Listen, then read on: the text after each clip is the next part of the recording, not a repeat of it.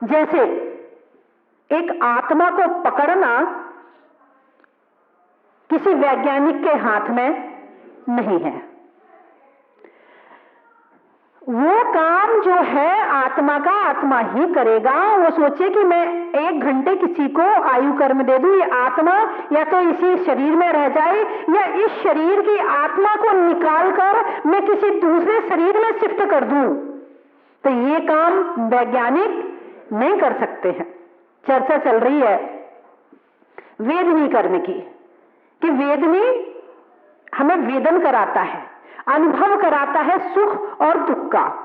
आपके घर में 4 सुख हैं और 1 दुख है, बताइए महसूस क्या करेंगे आप? कितनी अच्छी है, 4 चीजों के सुख महसूस नहीं हो रहा। जब तक कोठी नहीं थी तो कोठी का दुख था, हाय मकान नहीं है, हाय अपना मकान नहीं है। अब बढ़िया सा मकान बन गया, कुछ दिन मकान में रहे, खत्म हो गया मकान का सुख। जब तक फ्रीज नहीं था तो फ्रीज का दुख था, आ गया फ्रीज, 4 दिन बाद फ्रीज का सुख खत्म हो गया। मतलब जो दुख है हम उसको भोगते हैं, जो सुख है हम उसको भोगना नहीं जानते हैं। बस हमारा दिमाग दुख ढूंढ के लाता है। और एक बात बहुत अच्छी बताऊं, आदमी का सुख में ना मन भी नहीं लगता है। यदि उसे सारे सुख एक साथ मिल जाए ना, वो बोर हो जाता है। और एक आध दुख रहे ना उसके पास तो मन सा लगा रहता है, क्योंकि सुख को तो दूर करने का प्रयास करेगा नहीं, प्रयास करेगा दुख को दूर करने का। अब सुख आ गया, थोड़ी देर के बाद बोर हो गया, और दुख आएगा तो उसे भगाने में लग जाएगा, हाँकने में लग जाएगा, दूर करने में लग जाएगा, तो टाइम पास हो जाएगा। बात समझ में आई कि नहीं आई? तो दुख है तो मन लगा रहता है, सुख में भी मन लगाना सीखो ना। जैसे दुख में आप केवल दुख को भगाने का प्रयास करते हो, सुख में आप ऐसा काम करो कि सुख ना जाए। जाए ना, वो सुख है, शरीर ठीक है, इंद्रियां ठीक है, घर में सब ठीक है, इतना धर्म कर लो, इतना धर्म कर लो, इतना धर्म कर लो कि सुख कहेगा भाई साहब मैं तो आपके ही यहां रहूंगा, मैं तो कहीं जाने वाला नहीं हूं। वो ऐसा महसूस करे, आपके घर में दुख है तो भी आप महसूस नहीं कर रहे हो, इसका मतलब है साता वेदनी का ऐसा उदय है। आपके पास धर्म की इतनी शक्ति है, इतनी शक्ति है कि असाता वेदनी भी आपसे हार गया। भगवान के पास में केवल जब केवल ज्ञान होता है तब केवल साता वेदनी बसती है, असाता वेदनी चली जाती है।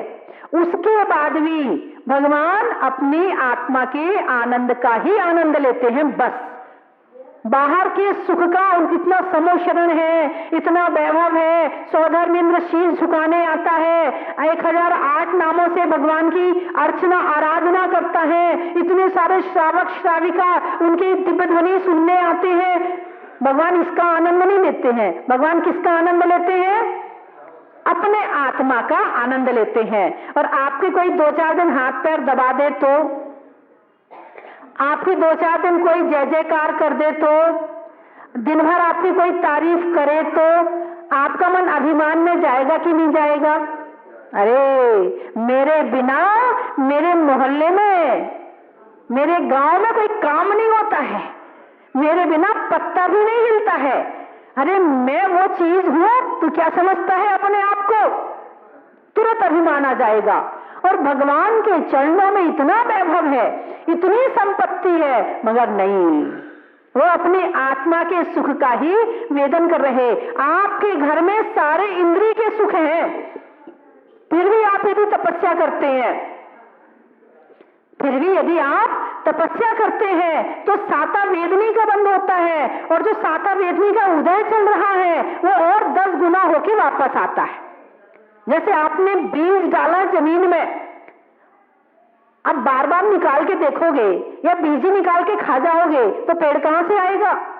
साता वेदनी का उदय चलना, डाल दो बीज जमीन में, उस साता वेदनी के उदय में कर लो त्याग, तपस्या, भक्ति, आराधना, घर की टेंशन छोड़ करके तो वो आपने बीज जो अभी साता वेदनी का उदय चल रहा है, ये बीज बन गया, अब इसका बनेगा पेड़ और इसके मिलेंगे फल खाने के लिए। और वर्तमान में तो हम ठीक हैं और कुछ नहीं कर रहे हैं, तो समझ लो, क्या समझ लो कि हमने बीज खा लिया, हमारा पेड़ बनने वाला नहीं है। वैराग्य भावना में क्या कहा है? बीज राखी फल भोगे वे, ज्यों किसान जग माई, त्यों चक्री नृप सुख करे, धर्म विसारे नाई। बीज राख फल भोगवे, बीज को तो रखे, तो किसान क्या करता है? जब अनाज बेचने के लिए जाता है तो सारा अनाज नहीं बेचता है, बहुत सारा अनाज इस तरह का बचा लेता है कि जब अगला सीजन आएगा तो उसे जमीन में डालना पड़ेगा। यदि सारा बेच दिया तो अगला अनाज कैसे पैदा करूंगा मैं? तो बीज राख फल भोगवे, ज्यों किसान जगमाई, त्यों चक्री नृप सुख करे। ऐसे ही भरत चक्रवर्ती, अन्य चक्रवर्ती कैसे अपना राज्य भोगते थे कि वर्तमान का जो पुराना है उसे बचा के भी रखते थे, त्याग तपस्या में लगाते थे, वो पेड़ बन जाता था और आगे और बढ़िया उदय में आता था। और इतना उदय में आता था कि पुण्य फला अरिहंता, समय सार में लिखा है, पुण्य फला अरिहंता, पुण्य का फल अरिहंत पद है। क्योंकि उपवास करने के भाव किसमें बनेंगे? पुण्य के उदय में। त्याग करने के पुण्य के उदय में, पूजा करने के पुण्य के उदय में, और इसी तरह से दान देने के भाव पुण्य के उदय में। यानी कि जितने धर्म के काम हैं वो सारे के सारे पुण्य के उदय में बनेंगे, तब सम्यक दर्शन की प्राप्ति होगी। और पुण्य तीव्र हो गया, फिर और बढ़ा पुण्य, तो इस पुण्य ने हमें सम्यक दर्शन के साथ में छायिक सम्यक दर्शन की प्राप्ति कराई, और छायिक सम्यक दर्शन हुआ, ओह आगे का रास्ता खुल गया, 1-2 भाव में मोक्ष होने वाला है। इसका नाम है पुण्य फला अरिहंता। क्या नाम है इसका? तो बीज राख फल भोगवे, सुख में बैठे हो इसको बीज बनाओ, घर में सुख है इसको बीज बनाओ, आगे का धर्म करो तो वो पेड़ बन जाएगा। और वर्तमान में हम ठीक ठाक बैठे हैं, अब कुछ नहीं है चिंता, अरे मेरे बेटे की ना 10th क्लास इस बार बहुत टेंशन हो रही है, इस बार ना उसकी 10th परीक्षा है, ऐसा लग रहा है भगवान वो निकल जाए, रात को नींद भी नहीं आती है। हाँ भगवान, मैं तो सोती भी नहीं हूँ रात को। अरे 12th है ना इस बार।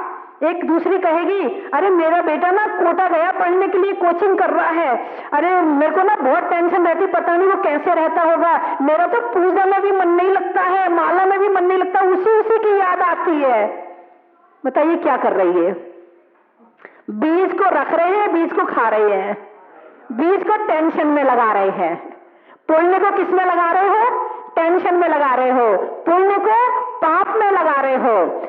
अब बच्चा गया है कोटा पढ़ने के लिए, 8 वर्ष से ऊपर का बच्चा है, अपनी चिंता खुद कर लेगा, तुम्हें ज्यादा चिंता करने की जरूरत नहीं है। अरे 10th क्लास है, पढ़ लेगा, उसका भाग्य भी तो है ना। आप प्रयास करो, आप पुरुषार्थ करो, आप पैसा लगाओ, लेकिन टेंशन मत करो। अभी फालतू की टेंशन है कि नहीं बताइए मुझे?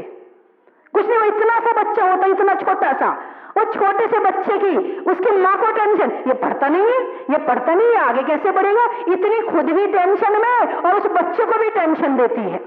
दोनों टेंशन में, खुद भी दुख भोग रही है और बच्चे को भी दुखी कर रही है। थोड़ा बड़ा तो होने दो, उसका माइंड विकसित तो होने दो, तब टेंशन करना। अभी से तुम उसे ज्यादा पढ़ाने के लिए करोगी, उसका माइंड विकसित हो जाएगा, अभी तो पढ़ लेगा, बड़े होके नहीं पढ़ेगा। ये डिप्रेशन की बीमारियां इसीलिए हो रही हैं आजकल ज्यादा, क्योंकि इस पर बोझ बहुत डाला जा रहा है दिमाग पर। इसलिए छोटे बच्चों पर ज्यादा बोझ दिमाग पर नहीं डालना चाहिए। तो हम यदि साता वेदनी उदय में चल रही है तो फालतू की टेंशन बिल्कुल ना करें, भगवान का नाम लें, पूजा करें, पाठ करें, भक्ति करें। इससे हम बच्चों के नाम से भी करें तो उनका भी अच्छा हो जाएगा और साथ में हमारा भी अच्छा हो जाएगा। उसके नाम से आप विधान करें, बच्ची के नाम से, बच्ची के नाम से पूजा आदि करें, तो इससे आपका जीवन भी सार्थक होगा और बच्चे को भी दुआएं मिलेंगी, आपके पास पुण्य होगा, तभी तो आपकी दुआ उसको लगेगी। आपके पास पुण्य ही नहीं है तो आपकी दुआ कहां से लगेगी उसको? दुआ का मतलब भावनाएं। भावनाएं यदि किरणें आपकी जा रही है उसके पास, तो आपके पास कुछ शक्ति होनी तो चाहिए, तभी तो आप उसे कुछ दोगे। जब आपके पास नहीं है तो आप क्या दोगे उसे? तो इसीलिए आप लोग जो है अपने जीवन में इस वेदनी कर्म को भी जरा सोच समझकर करें, ताकि हमारा जीवन अच्छा बने। इन्हीं शुभ भावनाओं के साथ बोलिए 24वें भगवान की। दर्शनावर्णी कर्म को पहरेदार के समान बताया है। जैसे अंदर राजा के दर्शन करने हैं, बाहर पहरेदार बैठा है और पहरेदार हम मना कर देता है, नहीं आप अंदर नहीं जा सकते हैं, आपको हम अंदर नहीं जाने देंगे, तो पहरेदार राजा के दर्शन नहीं होने दे रहा है। ठीक इसी तरह से दर्शनावर्णी कर्म हमें देव शास्त्र गुरु अथवा आत्मा के अथवा जो दर्शन हम करना चाहते हैं वो दर्शन हमें नहीं करने देता। ये दर्शनावर्णी कर्म है। तीसरा वेदनीय कर्म है। ये शहद लपेटी तलवार के समान है। इसके दो भेद है ना, सुख, बोलो ना, क्या बात है, मैंने सुख बोला और आप दुख बोल रहे हैं? है कि नहीं आपके पास में? जो आपने बोला वो आपके पास है कि नहीं? दुख है? अच्छा, ऐसा कौन है जिसके पास नहीं है? कोई एक आध तो मिले? कोई भी नहीं है। वेदनी कर्म अपना पूरा काम कर रहा है, सुख और दुख का वेदन करवाता है। ये शहद लपेटी तलवार के समान है। जैसे शहद लपेटी तलवार है, यदि शहद चाटेंगे तो मीठी लगेगी और तलवार से जीभ कटेगी तो कष्ट होगा। शहद चाटेंगे तो मीठी भी लगेगी और जीभ कट रही है तो कष्ट भी होगा। ये वेदनी कर्म है। और अगला कर्म है मोहिनी कर्म है। मोहित कर लेता है, अपनी तरफ खींच लेता है। जब अपनी तरफ खींच लिया तो हम अपनी तरफ वापस नहीं आ सकते हैं। जो हमारा नहीं है उसको मेरा मेरा करता है। मेरा घर, मेरा परिवार, मेरे बच्चे, मेरा शरीर, मेरा मकान, मेरी दुकान, जो कुछ सब मेरा है कि नहीं है? है? इसी तरह से मेरा नाम मेरा है क्या? बताइए मुझे, आपका नाम क्या है? बोलिए ना। आशा जैन। आशा जैन आपका नाम है? नहीं, मेरा नाम है आशा, नाम है मेरा। बाई चांस नाम बोलने से छूट जाए, मान लो आपके यहाँ शादी हो रही है और वहां सबके नाम बोले जा रहे हैं और आपका नाम ना लिया जाए, बताइए क्या होगा? रिश्ता रखोगे, छोड़ दोगे? रिश्ता तोड़ने तक का नंबर आ जाएगा, क्योंकि मेरा नाम नहीं लिया है। अब वास्तव में हम शास्त्रों को उठाकर देखें, ज्ञान की दृष्टि से देखें, तो मेरा नाम किसने दिया? नाम किसने दिया आपको? आपका जन्म हुआ था तब कोई नाम था आपका? जब आप पैदा हुए थे तो कोई नाम लेकर आए थे क्या पिछले जन्म से? नहीं। तो किसने दिया था नाम? और आपने ले लिया? उन्होंने ले दिया और आपने इतनी कसके पकड़ा, इतने कसके पकड़ा कि मरते तक दम तक ये नाम अब छूटने वाला नहीं है। दिया किसी और ने है। मेरा होता तो मेरे साथ आता, मेरा होता तो मेरे साथ आता। मेरा नहीं है, दिया है मुझे यहाँ। और उस नाम को इतनी कसके पकड़ लिया कि अब वो जिंदगी में बेहोशी में भी छूटने वाला नहीं है। बेहोशी में भी कोई आवाज लगाएगा, नाम लेगा, बस मेरा नाम है, जबकि नाम मेरा नहीं है। मेरा नाम क्या है? आत्मा है। हम मनुष्य गति में हैं तो भी आत्मा है, त्रियंच गति में है तो भी आत्मा है, देव गति में है तो भी आत्मा है, नरक गति में है तो भी आत्मा है, और सिद्धालय में चले जाएं तो भी आत्मा है। जीव कह लो या आत्मा कह लो। तो जो नाम मेरा मोक्ष जाने के बाद भी ना छूटे, वो मेरा नाम है। तो मेरा नाम क्या है बताइए? बोलिए आप लोग, आपका क्या नाम है? आत्मा। अब आपके पास फोन आए और कोई आपसे पूछे भाई साहब कौन बोल रहे हैं, फिर आप क्या कहोगे? आत्माराम बोल रहे हैं। वो बेचारा फोन काट देगा, पता नहीं किस भूत प्रेत ने फोन उठा लिया है, कौन सा आत्माराम बोल रहा है। यानी हम झूठ में इतने ज्यादा जी चुके हैं कि हमें सत्य यदि सुनाई पड़े तो वो हमें झूठ लगने लगता है। हम झूठ में इस कदर जी रहे हैं, इस कदर जी रहे हैं कि हमें सत्य अब नजर नहीं आता, पहचान नहीं पाते हैं। यदि सत्य सामने आके खड़ा हो जाए तो हम पहचान नहीं पाएंगे, और झूठ से इतनी पहचान है, हमारे परम मित्र है झूठ। तो सुबह से शाम तक हम उसी में ही जी रहे हैं। सुबह से यदि आपका नाम बुलाया जाए, यदि सुबह से आपको कोई आत्माराम कहे तो आप गुस्सा हो जाओगे, नाराज हो जाओगे। नाराज होने की जरूरत नहीं, मेरा नाम वास्तविक नाम तो मेरा आत्मा ही है, जी भी मेरा नाम है। और जब इस दुनिया से जाएंगे तो ये नाम आपके साथ जाएगा क्या? बोलो ना, यही मिला था और यही छूट जाएगा, अगले जन्म तक भी मेरे साथ जाने वाला नहीं है। तो जो मेरे साथ आया नहीं, मेरे साथ जा नहीं रहा, तो मेरा कैसे हो सकता है? जो मेरे साथ आया है और मेरे साथ जाएगा वो मेरा है। तो आत्मा मेरे साथ आई, अब मैं आत्मा हूं, तो मैं आत्मा लेकर आया और आत्मा ही मेरी जाएगी, तो वो मेरी है, बाकी कुछ भी मेरा नहीं है। लेकिन मोहिनी कर्म कहता है नहीं, मेरा नाम, मेरा नाम। और कोई आपके नाम को पुकारता है, प्यार से पुकारे तो कैसा लगता है? बहुत अच्छा लगता है। और गुस्से से पुकारे तो कैसा लगता है? अरे बोलो ना, मेरी बात आपकी समझ में आ रही है? पक्का? चलो, आपकी समझ में आ गई? बोलो आ गई, जोर से बोलो आ गई, बोलो आ गई।